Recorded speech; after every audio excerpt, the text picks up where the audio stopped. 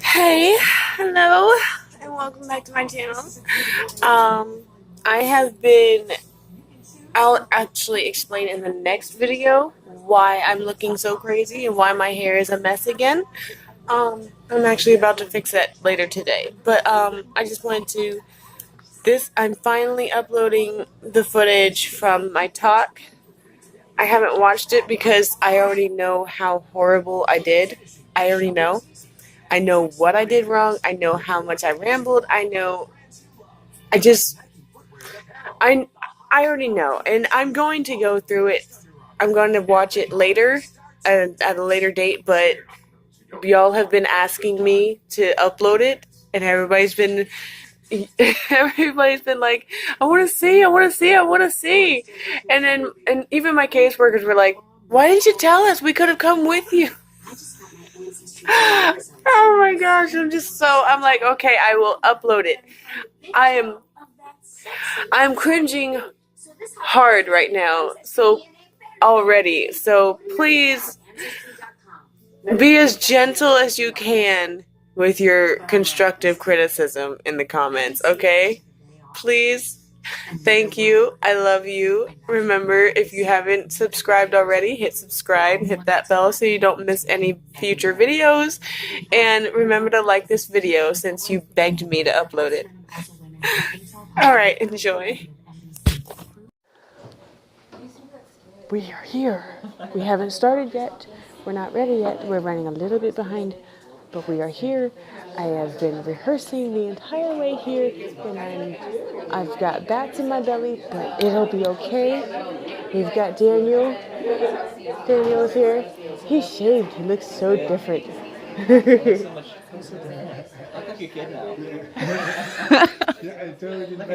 a teenager now. He's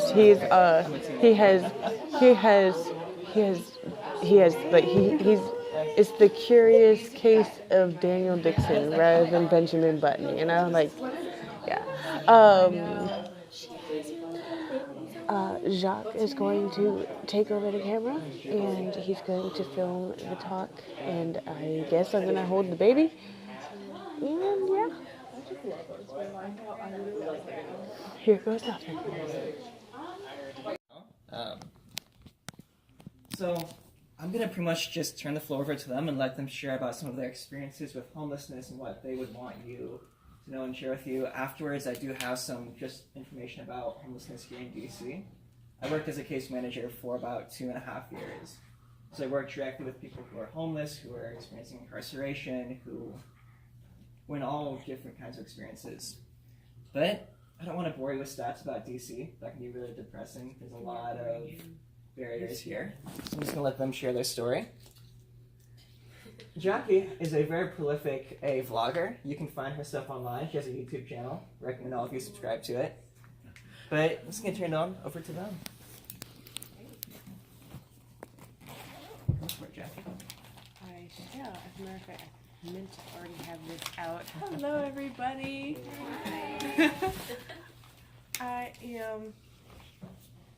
We already said it before, I'm Jackie.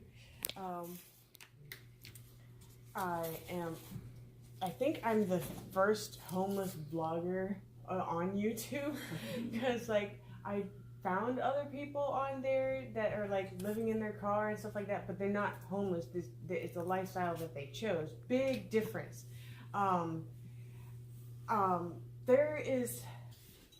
I'm actually very glad that I was invited here to speak with y'all today, because there is actually a very problematic stigma surrounding homelessness and poverty in general. Is basically that when you picture a homeless person or a person in need, you picture somebody who hasn't bathed in a while, their clothes are dirty and tattered, and they're sleeping on a park bench somewhere, they haven't eaten in a while, they're kind of off in the head probably, maybe on drugs, maybe they're drinking too much or something. But that's usually the stigma.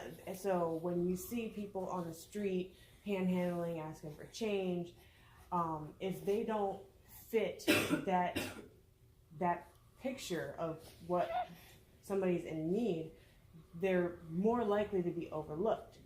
Well, when people find themselves in a situation where they've lost their job, they've been evicted, their apartment building got condemned or something, some crazy thing that decided, poof, went from good life, decent life to now I'm on the street. What do I do now? Well, we know that there's DHS, you can go get food stamps, you can go get welfare, things of that nature, but you have to get your documents together, you have to wait in line for hours on end, and go and wait for a letter, wait for the approval, wait for them.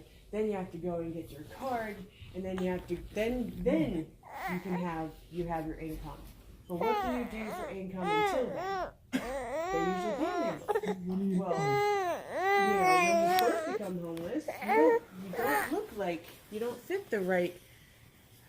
fit the criteria for what for somebody in need.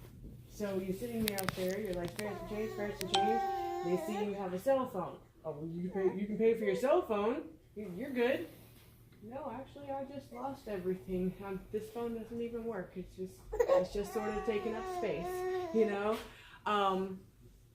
So what does the person end up doing? They notice that all the people that are dirty and actually look homeless are getting the change, so they stop bathing.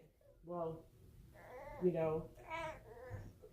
that's if they were bathing in the first place.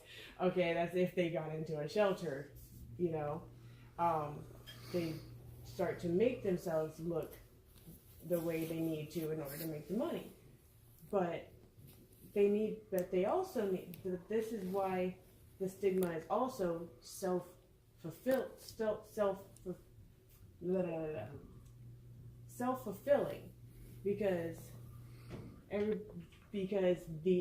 we project that idea of what you should look like just because you're in need, and what you should or shouldn't have just because you're in need.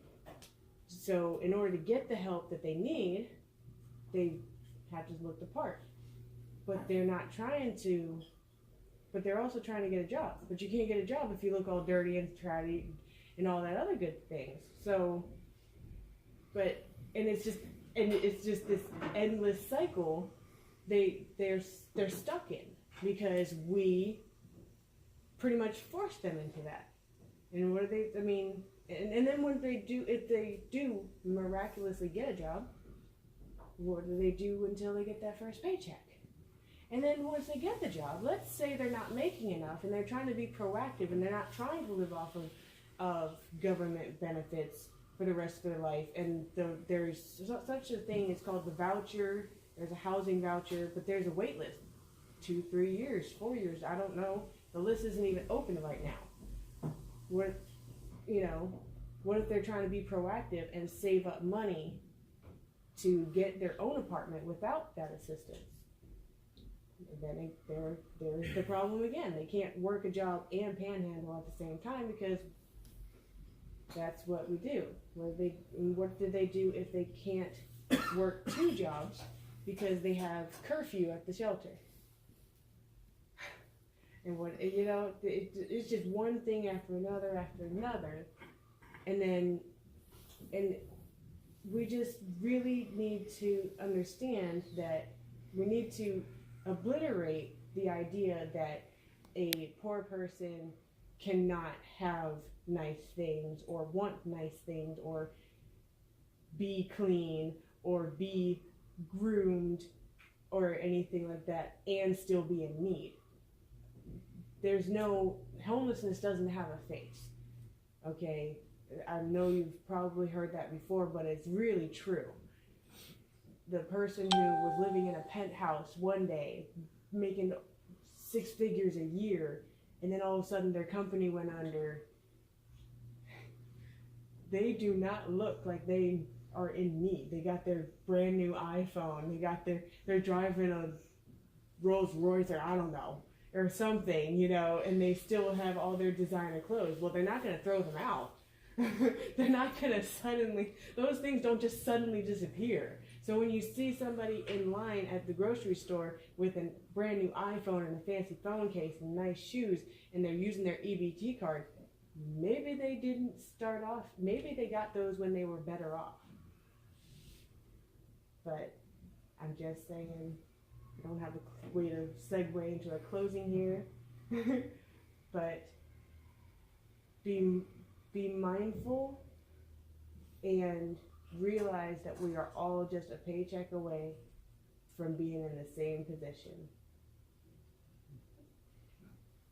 That's it. Thanks, Jackie. Thank you.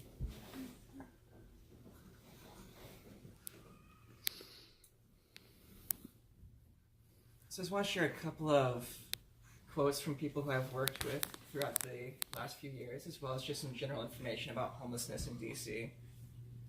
And then I definitely want to take some time if you have any questions for me or for Jackie or for Jacques as well. We can definitely take some time to do that. I think one of the most important things about, in terms of responding to homelessness, is starting with ourselves and saying, what are the stereotypes that I have about people who are experiencing homelessness? And even then, think about the language I just used. I didn't say homeless people, I didn't say the homeless. People who are experiencing homelessness. For me, that's a linguistic stance that I've taken, that I will correct anyone who says the homeless. Because homeless is not a category, it's people who are experiencing something very, very difficult. Who maybe a year ago weren't, and maybe in 2 years from now won't be. And so reducing someone to their current experience of homelessness is pretty dehumanizing to somebody. So even the language that we use around homelessness and poverty often devalues people, often assumes things about people's economic status, about their intelligence, about their abilities. Well, I would say these two people could survive much better than me. To be honest, if we're talking about like skills, I might have certain skills, but if my survival was on the line, yeah, I'm dead within like a week. These two are resourceful. They are very resourceful. And any person I've talked to who's been living in a situation of homelessness has been very, very resourceful and gained a certain set of skills that we as a society kind of don't acknowledge. But yeah, I say all that just to say that we often take a approach to people who are homeless or who are in poverty that looks at their deficiencies instead of what we would call an asset-based approach. We say, what are the strengths of that individual? What are the things that they, as terrible as their situation is, that they're learning through this that we can use to change systems and structures? So, for example, with the two of them, I've seen them go through, if you don't mind me sharing a bit about how I met both of you, go through a series of different shelters, all with very restrictive requirements for what you can and can't do to be in there, ranging from things like a curfew, which, like Jackie was referring to, if you have a job and you have a place you're living at with a curfew, the two of them are going to get into some kind of disagreement at some point in time. And I definitely had people I worked with who they had to choose. In fact, I had a friend who last month had to make that choice. Do I choose housing or employment? That is a terrible position to be in, because without one of them, you're going to lose the other one. Mm-hmm. Without employment, how are you going to find money to pay for your rent? Without a safe place to live, how can you have the energy and everything that you need to go and be able to work? But with this guy who I knew, this was just last month. He had been staying with me for about a couple of weeks. He had a job over in Georgetown, but he had a shelter that was going to accept him over in Alexandria, Virginia. So now you're not from here, but to get from Georgetown to Alexandria is pretty difficult. How long do you think it would take to get from Georgetown to Alexandria? Okay, wait. If you're taking the bus, if you're taking Metro. That is at least a 3-hour trip, because that's on a good day if you're lucky, because the traffic is absolutely horrible. It doesn't seem to matter what time of day it is. if you're trying to get on the bus and get out of this city anywhere, it's atrocious. I've actually made that trip a couple of times, and just on the train alone, it was a 2-hour trip. That was just on the train. It was a train to a bus, and that was a very expensive trip as well. A good, how much was it? It was like $15 or $16 one way.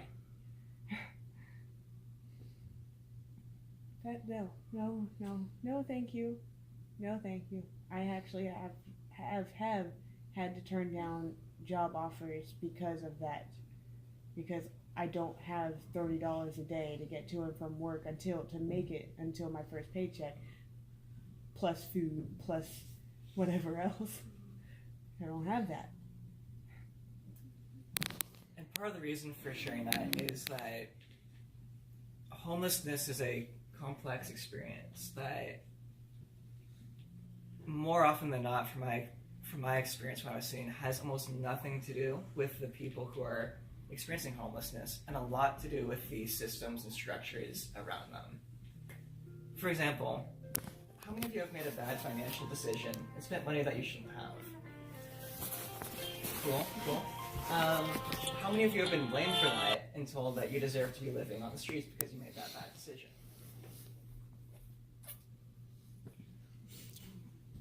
I've made some really bad decisions with my money, y'all. Like, really bad decisions with it. But because of my income, I've been able to be okay. How many of you have bought something that you didn't really need, but it was nice to have? How many of you have been told that you don't deserve other good things because you bought that one nice thing?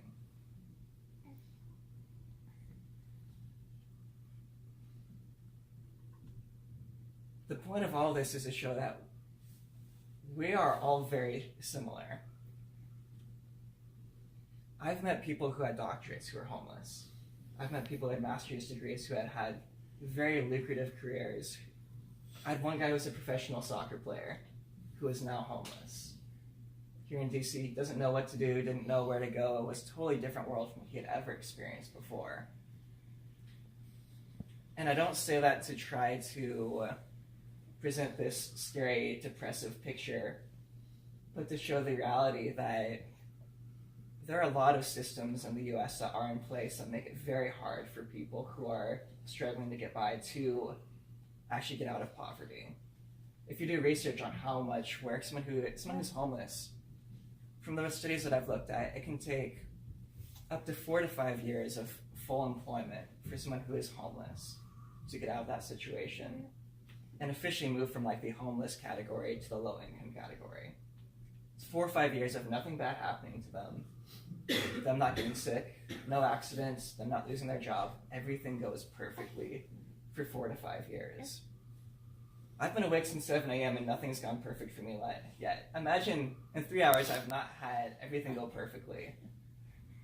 4 years, something's gonna go wrong.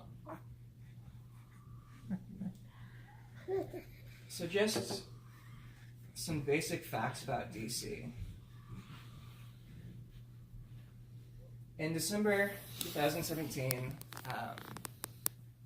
one of the organizations that does a lot of work around homelessness nationally did a survey of 32 big cities. They define large cities by a certain certain standard of population size. DC had the highest rate of homelessness out of 32 cities.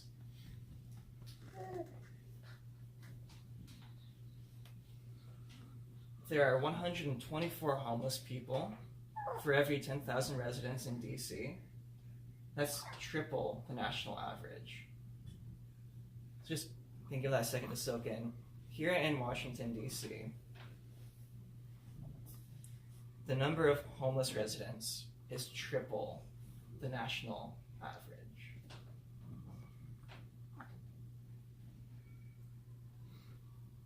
People come from around the nation to come here because they know that there's more money flowing in this city than you'll find in some of the other cities, except for some of the bigger cities like St. Louis, New York.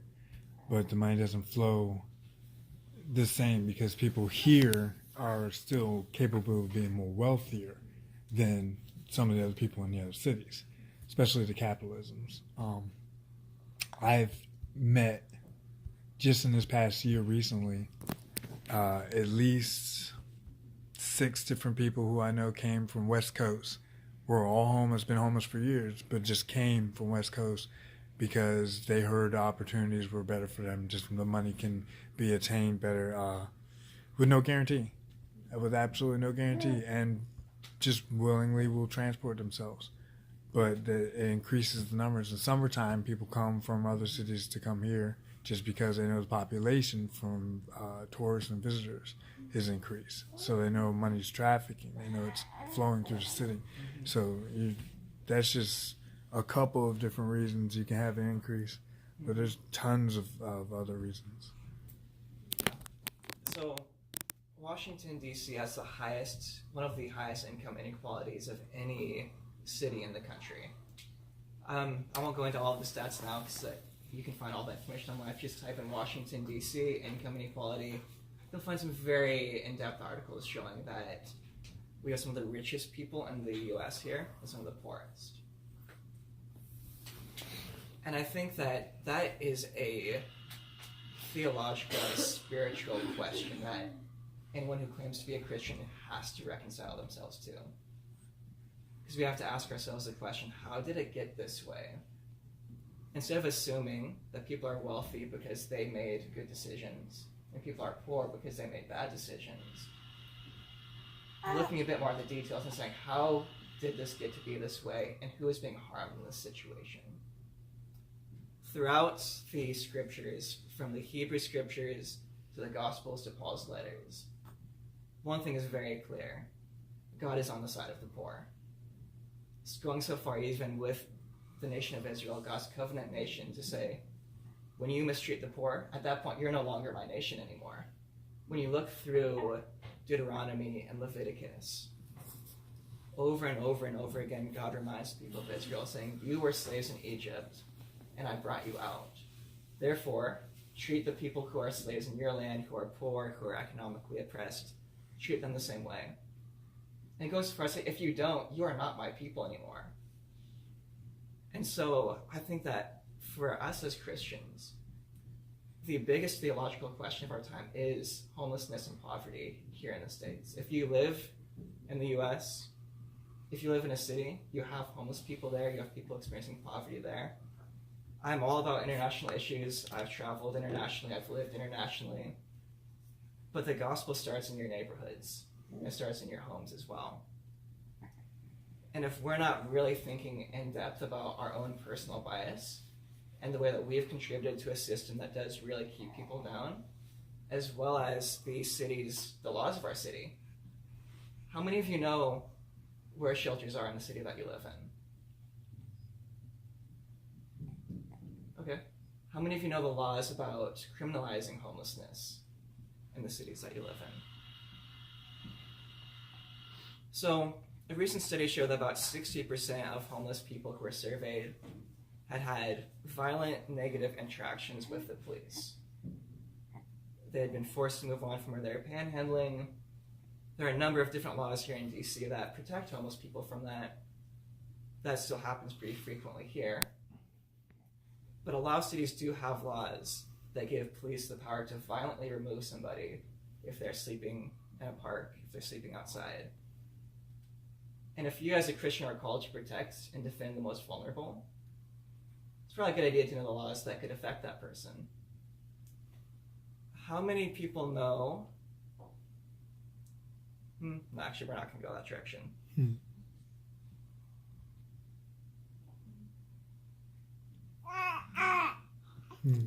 So that's... She said, awkward silence. Yeah. There's a lull. Need to fill it.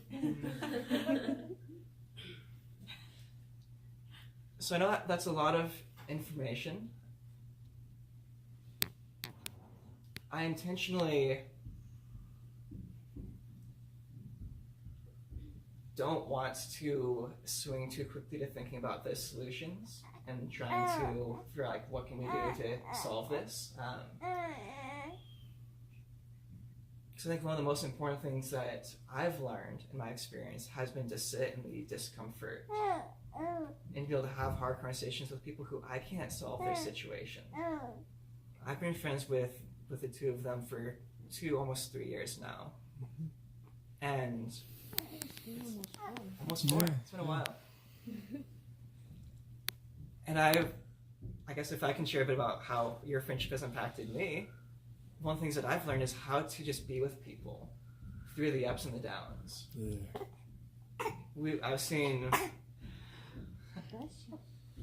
I've seen incredible moments with the two of them, and I've seen some really bad moments. And so rather than approaching homelessness and poverty with a mindset of how can we fix this, which, don't get me wrong, I think there are some really easy policies that every city in the U.S. could implement right now. I think the reason why we haven't ended homelessness is we don't want to. On a federal level, on a city level, we have not ended homelessness because we don't want to. We know it works, we're not doing it.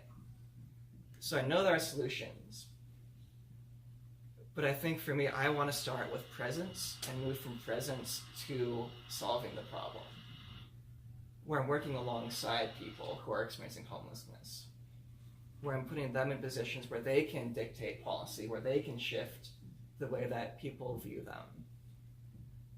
Here in DC, there's a very prolific activist who, at every single event, she always says, "Nothing for us without us." And she will often people will get upset at her because she will call folks out. She'll call nonprofits out in the city saying, "Hey, you have this program that's supposed to be helping homeless people. How many homeless individuals are involved in shaping that program?" And they'll say, "Well, 1 or 2," or they'll say, "Well, nobody." Say, "Cool, cancel the program." And they'll kind of push back saying, "Well, it's doing good things. Why would we end this program?" And her response always is, "Nothing for us without us." You can't build something for us without us having input on it. It's like if you're building a home, you're not just going to go to a construction company and say, "Hey, build me a home. I'll be back in 2 years. Can't wait to see it." You want to be involved in that process because it's a place that you're going to live. It's going to matter to you how things look there. It's going to matter to you the way that it's structured, the way it's set up. And I think the same is true for trying to respond to homelessness and poverty in our cities. We say, how are we really centering people who are experiencing homelessness in these conversations? Are we talking about people, or are we talking to people and with them? So I just want to open up the space for any questions or thoughts or reflections. If you want to have some awkward silence to sit and let share, that's totally fine as well. I can definitely not silence people. There are no worries there. And if you have questions about DC, like I said, I have worked here for quite a while. If you have questions about different services here that are available, we can talk about that as well. If you just want to open up the floor, if you have questions for me or for the two of them, feel free to go for it.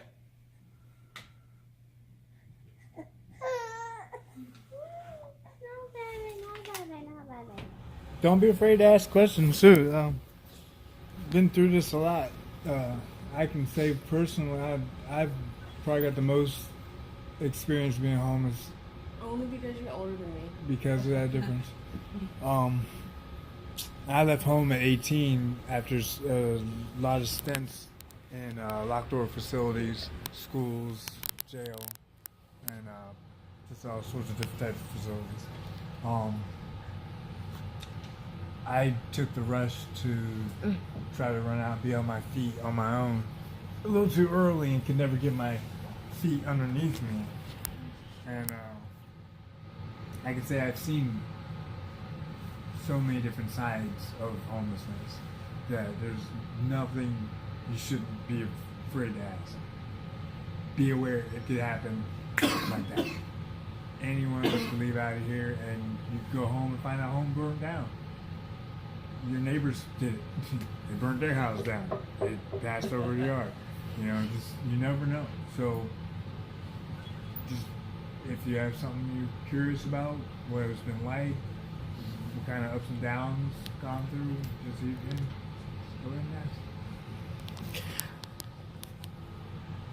I also want to let y'all know that it's not just the haves that make these assumptions about the have-nots. It's also fellow have-nots. So don't feel like we're putting you on this. We're in this ivory tower where you don't know anything or anything like that. It's just a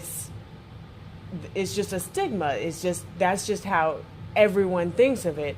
I was recently, before I started getting TANF, which is Temporary Assistance for Needy Families, that's welfare for families. I was panhandling. I had my little sign, this side, and there was a woman, and I would sing. I am terrified of actually asking a person, spare some change? Can you spare some change? That scares the crap out of me. Like, I go in a full-on panic attack just trying to get the words out. I start stuttering. It's bad. But I can sing. So to not sit in silence and to draw attention to myself, I would sing, and I would just pick a spot on the ground and just sing as loud as I can.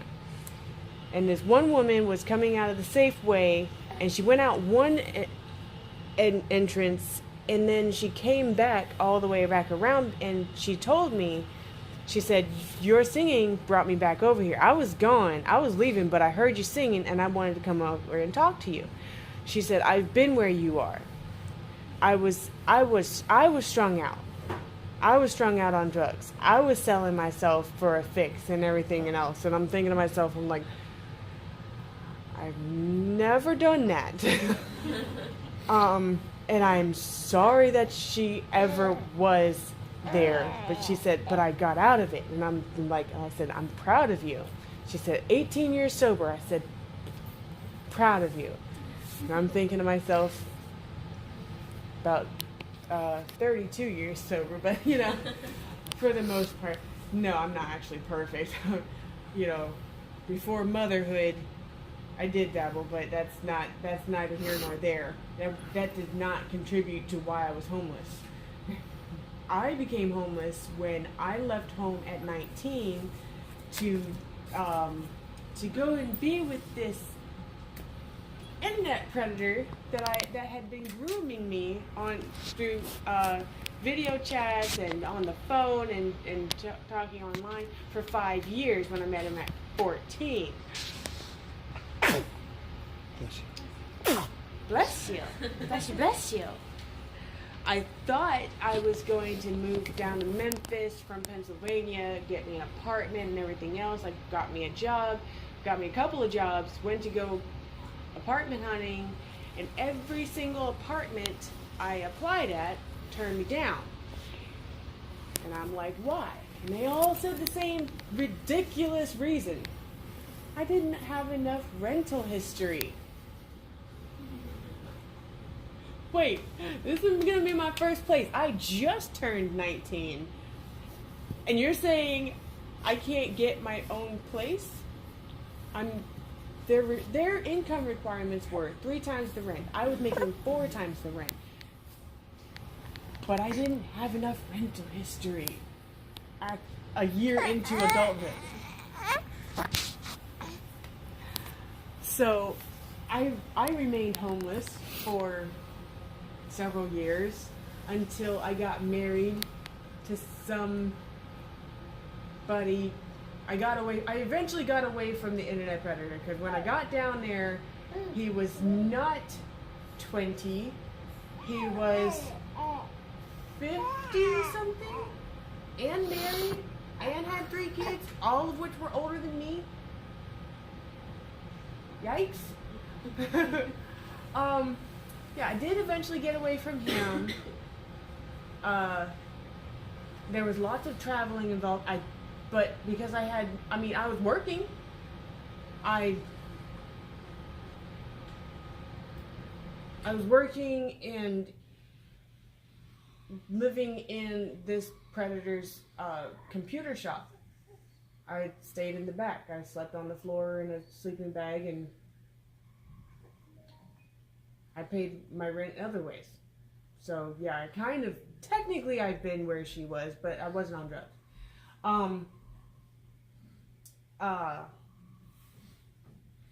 Eventually I did get away.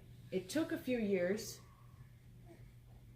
And it took my aunt sending my uncle and her brother to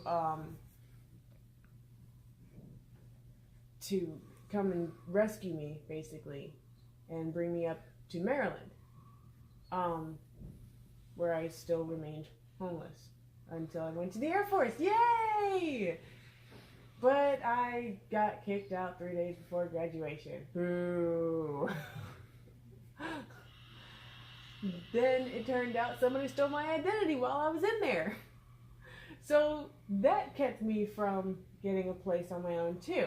So I eventually ended up desperate enough to marry this guy in the Navy who I thought I was so in love with. And it was, that was the only way I got my name on a lease finally. Actually, even with both of us applying, we were still getting turned down, and it wasn't until this last place I was like, I don't understand why we're getting turned down. We're good. We're signing together. He has better credit than I do, and et cetera, et cetera. And I haven't done anything with my credit yet, which I know that's bad, but we can do this. We got this. And this one lady, finally, a landlord finally told us, you know what? I know I'm not actually supposed to tell you this, but the reason is because you have an unpaid utility bill. Utility bill? I've never had a place to live in my life. What are you talking about? Well, not in my life, but in my adult life, I haven't had a place to live. What utility bill? And she showed us the report. I said, Verizon. Verizon? I've never... What? That's how I found out my identity was stolen. And it's still on my credit report. I can't get it off. I can't get it off because, and this is how we come full circle. I had to prove my homelessness. I had no address back then. When I had to prove my homelessness, my discharge papers and enlisting papers, all that paperwork, they weren't accepting that. I'm like, but that means I was in boot camp. They're like, but you have to prove that you were homeless before you went into the Air Force. I'm like, but I was sleeping on a park bench. You want me to go take a picture of the park bench I was sleeping on? Is that what you want? Like, they're like, no, we need to know what shelter you was. I was like, there was no shelter. That's another thing that makes it that's why the stigma is so harmful and problematic. Because when it was just me, no kids, I wasn't strung out, I wasn't an alcoholic, I wasn't the victim of domestic violence, there was no place for me to go. No place. There were no programs in place to help people like me that are just fine.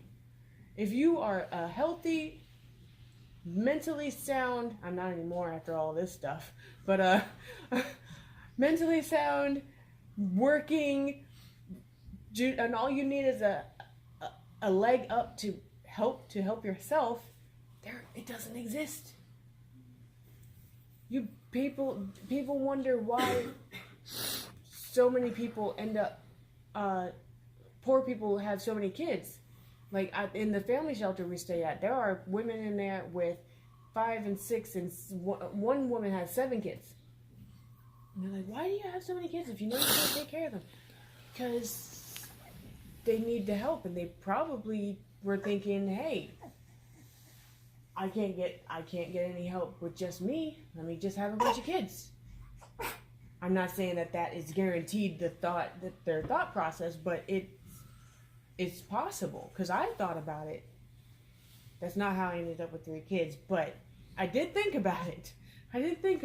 But I'm just saying that's why the stigma and everything, the system is broken. It's or more like it's poorly constructed. Honestly, I don't think it's broken. I think it's just poorly constructed. It was made in Taiwan by 7-year-old slave labor babies in a sweatshop somewhere, and with no safety guidelines, no safety checks, no nothing, and it was just shipped off here and sold on the black market. That is our system. That is our homeless system. That is our help. That's what we have to work with, and that's why so many people end up in the lifestyle of. That's why homelessness becomes a lifestyle, because you give up hope eventually. Eventually, you just give up hope. Like, forget it. I don't care. I'm here. Ain't nothing gonna work. I'm stuck. No. I'm not doing that. I actually got criticized by my caseworker because I decided to sign up for school.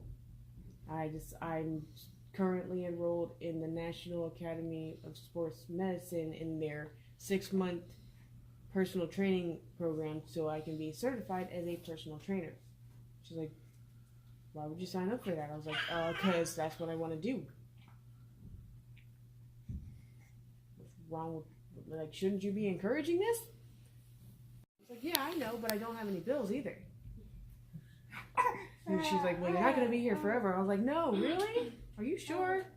Because I was ready to redecorate and bring all kinds of furniture in and just set up camp. I thought this was my place. I mean, I was going to knock out a few walls and, redecorate my bathroom, No, I know I'm not going to be here for years and years and years. This is a 6-month course. My payments don't start till January, and I've already started. And really, this it's not actually a 6-month course. It's actually like 10 weeks, but they give you 6 whole months to take the test and retake the test and get certified, and that's it, right? Really? You've really thrown off my train of thought. I'm starting to loop here. I'm spiraling. But I digress, and I do that a lot. Shameless plug. This is why I started my YouTube channel and my Instagram account and all that stuff, because representation matters. We say that all the time, and we talk about minorities and women and all that other good stuff, but we don't talk about people in experiencing poverty or homelessness. We don't say homeless people need to be represented. We don't say that. We don't say poor people need to be represented. We don't say that.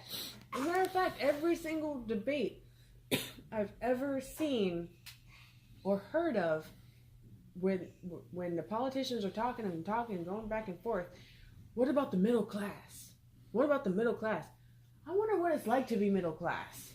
I've lived my entire life in the poverty level, and I'm not the only one. There's tons of, I think there's more people in poverty than there are in the middle class, especially these days after 2 recessions and this crazy person, this annoying orange, I call it, in the house right now. I mean, it's just, there's nothing in our entire society that's designed for us broke folks. Nothing. They even talk about the middle class. I'm tired of hearing about the middle class. The middle class is doing a lot better than everybody else, okay? All the rest of us down here in poverty. Like, let's talk about the working poor. Let's start. Just saying, representation matters. I'm documenting my rags to riches story, because I will be rich. I will be very rich. I am going to be so rich that I can stand there in line at the grocery store and say, you know what? Tell the person in front of me, put your wallet away. I got this. all of this. Oh, and you too. As a matter of fact, everybody in this line is getting their groceries paid for today. Yeah. I think Julie likes that idea. I love that idea. I'm sorry. It just makes me so happy. I would just love to do that. I can't wait until I can just do that. I'm going to do that. And when that happens, then I'll have all kinds of people will flock to my channel. And they will be like, oh, she has a YouTube channel? Oh my gosh.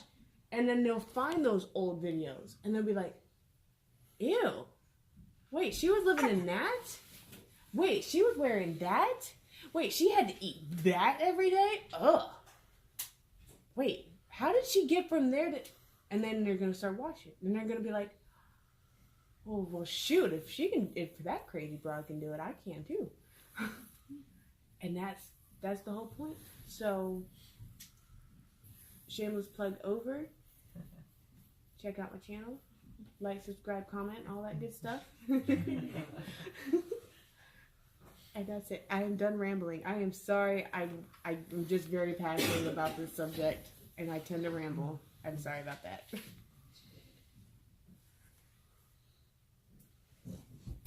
Are there any questions? Thoughts? Yeah. Sorry. If somebody is asking for change, like the panhandling that you're saying, and somebody doesn't have anything to offer them at the moment, just because they're not paying cash on them, is there anything you'd like that person to do, or I don't know? One of 3 things I can think of. You can always go to an ATM if they really want to help. That's the simplest and easiest one. PNC Bank actually gives out ones, so. Secondly, I could always use food. Thirdly, take the time to just check and make sure. I mean, it could be something as simple as a pair of pants, and you might actually be able to afford to spare it. You might see me a couple of days from now. Could always be useful. Just keep in mind you're not limited. You might run into a wino, and he's going to want to drink more than he's going to want to eat, but he's going to need to eat. So give him something to eat. Give him something to eat. If he doesn't eat it, that's on him. You try. God's going to turn that back around for you regardless. It's up to him, that person, the individual, to make to define themselves by their decision and not by their stance. But it's going to take the compassion of people like you to prove to them they're worth it. There's a lot of con artists out there who are not con artists because they want to be. It's because to them that's the last opportunity and choice they have. I know a guy who struggles every day, every couple of days, come out. All he does is sit on the corner with his dog. He's got a service dog because he needs it for his health management. But in a way, he takes advantage of that position because there's nothing else he can do. He's got a record. He can't get a good job. Even if he did, he's going to be an outcast in individual stance. He doesn't sit in a performance category, shall I say. He's just that different. He's not going to go in anywhere and be able to put a suit on and live that lifestyle. It's not for him. He's never going to be able to be that person. So he's going to rely on people and their help. And if nobody helps him, he'll die. And so just keep in mind, I mean, some days you might chip in on somebody's beer. It's okay. Just remember that try to get them more important stuff first. But don't just pass by just because you don't want to or you can't. There's never really a I can't. You always can. It just depends on how far or how much. Because there's change in $1 goes a long way, but a sandwich, that makes sure a person can live long enough to get another $1. Also, if you have 2 pennies in your pocket, if you reach in your pocket and all you have is 2 pennies, give them those 2 pennies and tell them that's all. And if that, because I love pennies. Pennies, 100 of those, and I got $1. Okay, like people who really truly need it, they will not complain. They will thank you. I'm one of those people. But also pay attention to the environment around that person. Yeah. If you see a whole bunch of pennies on the ground, I hate to say this. I hate saying this. I hate saying it because it's very true. But that person is most likely only interested in money to get their next fix. I watched it with my own two eyes so many times.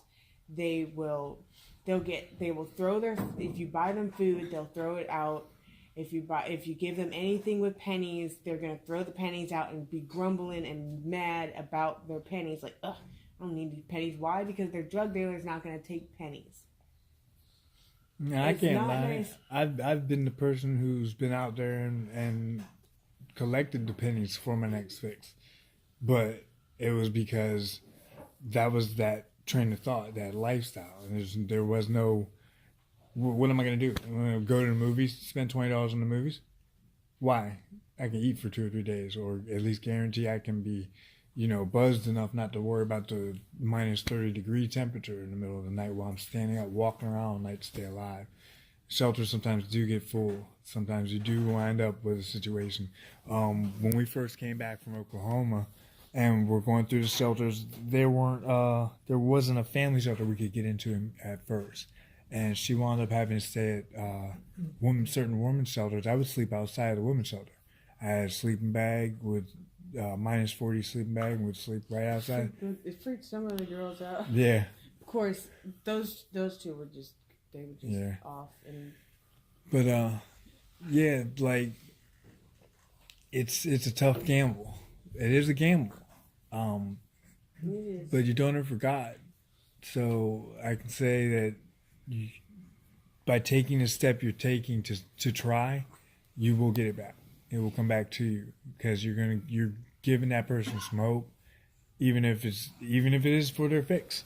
It's giving them something to stay alive for. A lot of the people who are going through what they're going through on the street run out of care to even be alive. They just don't have it in them to kill themselves, and they will walk around in sloth and misery, and not care because they're broken. Jackie and Jock know someone who a couple of years back I had been trying to help, and had invested fairly significant amounts of money towards trying to help this person out of their situation. And they were using about 90% of what, I think you know who I'm talking about. Yeah. Yeah. They're using 90%, if not more, of everything I gave them for drugs. And I don't regret giving them the money that I did and helping them in the ways that I did. What I regret is not being a little bit more firm with boundaries earlier. Saying, hey, I can buy you food, I can help you in these ways, but right now I'm not able to help you financially. Like, I can help buy you food, I can help get you clothes, but I'm not going to give you money. And then after I found out what he'd been spending the money for, I had that conversation with him and said, hey, I am not going to give you any money from now on.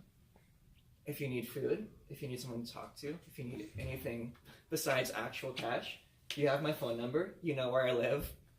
Combined, we can chat about that. And so I think, I don't know, for me, I used to have a fear of being cheated. Where I thought, I don't want to give money to somebody because what if they use it on alcohol or drugs or not using it to good use? Yep. I think you should be wise with who you give money to and all of that. Mm-hmm. But I'm not worried anymore about if I get cheated. My goal is to be generous and to build a relationship with somebody. Right. And that may or may not involve money. There's some people who I definitely do not give any money to, but I will buy them food. There's other people who I will gladly give them any money that I have. Partly because I've built up a relationship with people. I've tried to learn who they are and listen to their story. Same way with my friends. I have some friends, I'm not letting them borrow money from me. Because I know they're not going to pay it back. Other friends, if they ask for any amount of money, I will give it to them. Don't really care if they pay it back. Y'all want some goosebumps? Guess how I met him? I was having a rough time, and I was going through a bad flux where I was fiending very bad, but I wasn't out there trying to rob or steal or anything to get it. I had been running up and down the street trying to bump change all day. I think I ran into him and I was cold. And I asked him for a scarf he had. And he wouldn't give it to me because it was a gift from his sister. But he turned around and gave me the jacket off his back. Not many people do that or will do that. That type of care is what you're going to need. You're going to need that spontaneous, random, full heart moment. God's going to tell you when that moment is. Yeah. And if you hear something in the back of your mind saying, this person really needs your jacket, or this person really needs that nickel you have in your pocket, or this person could really use the other half of that sandwich you bought from Panera or something, listen, because that is God telling you, like, hey. And God will also tell you otherwise. Like, I know this person looks like they're really in need, but don't do it. God will tell you. I'm telling you, because I try to help. I try to help people, even though I'm not in the position to help. It's just that I can't seem to let go of my past, where I used to have money and I used to be able to give people stuff and buy things for people and buy really nice gifts and wrap them up in really nice paper and all that bougie stuff. I missed that life. But so I still try to, if I had a good day panhandling and I've watched this person and there's something about them that called to me, because I try not to look at people. I avoid eye contact as much as possible because it's freaking awkward for me. I don't know why. It just is. It's a confidence issue. I'm working on it. But some people will just, I'll be like, something will keep telling me, you should probably give them something. And I'm like, I don't want to give them nothing. They look like they drink. I might want to drink. I'm poor too. I'm homeless too. But then it'll keep on nagging me, keep on nagging me, keep on nagging me. That's God.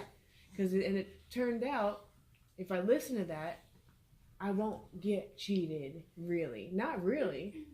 I won't get swindled. Not really. Because it turned out there's one guy, he panhandles.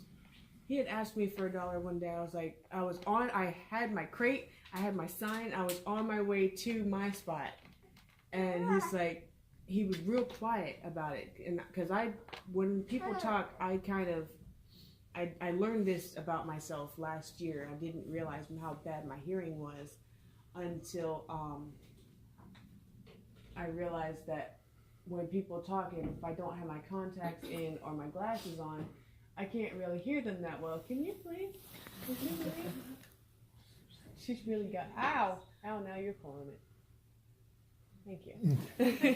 And so I didn't hear him at first because I wasn't looking at him. I turned to him. I was like, what was that? What'd you say? And he's like, $1. I can't say it when people don't repeat the whole sentence, but I understood what he meant. I was like, oh, I'm actually on my way to go do the same thing you're doing. He's like, oh, okay. And he never asked me again. But that day I had a really good day, and I gave him $1 when I was leaving. And the next day I saw him make more than I was making, and I watched him go into Safeway, and he came out with a bag full of food, like actual food. I was like, oh, he bought food. I'm gonna give him another $1 if I make anything today. And like, it just feels really good. Like, yeah, I just gave him $1 and he got food. He my $1 might have gone to the whatever he got at the liquor store down the street when he went there next. But I don't care. I know that he's making sure his needs are met. I mean, people gotta live. I mean, I'm not gonna fault you if you decide. I mean, do you really need a pack of gum? Do you really need a donut? Do you really need to go to Starbucks? But I'm not gonna judge you for it. So I don't judge him for, oh, he went and got a beer. I don't care. He also bought food. If you decided, I'm not going to pay my rent, I'm just going to go get on a drinking binge or something, then yeah, I'm going to judge you for it. I'm going to be like, dude, what? You mean you could have paid your rent and you chose not to? Bad. Bad. But, like, let's not, another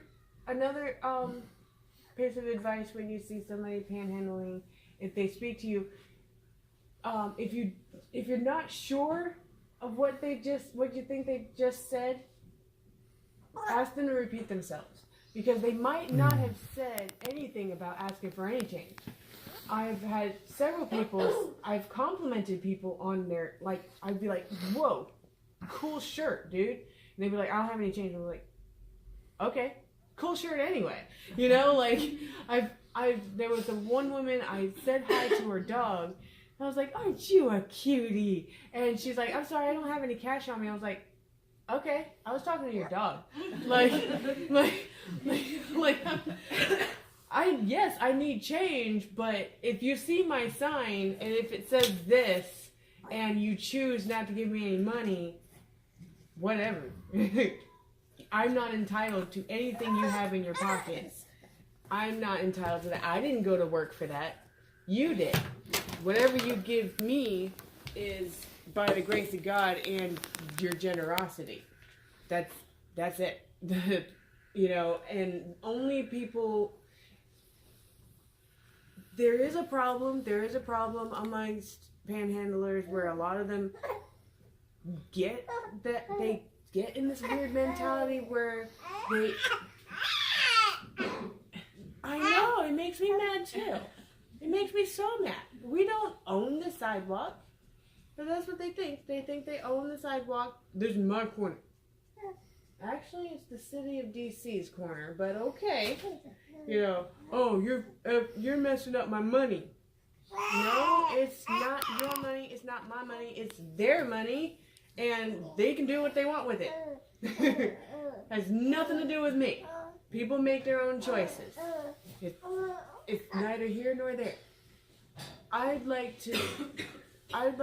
for y'all to keep in mind to pay attention to these people, especially if it's somebody you see over and over and over again.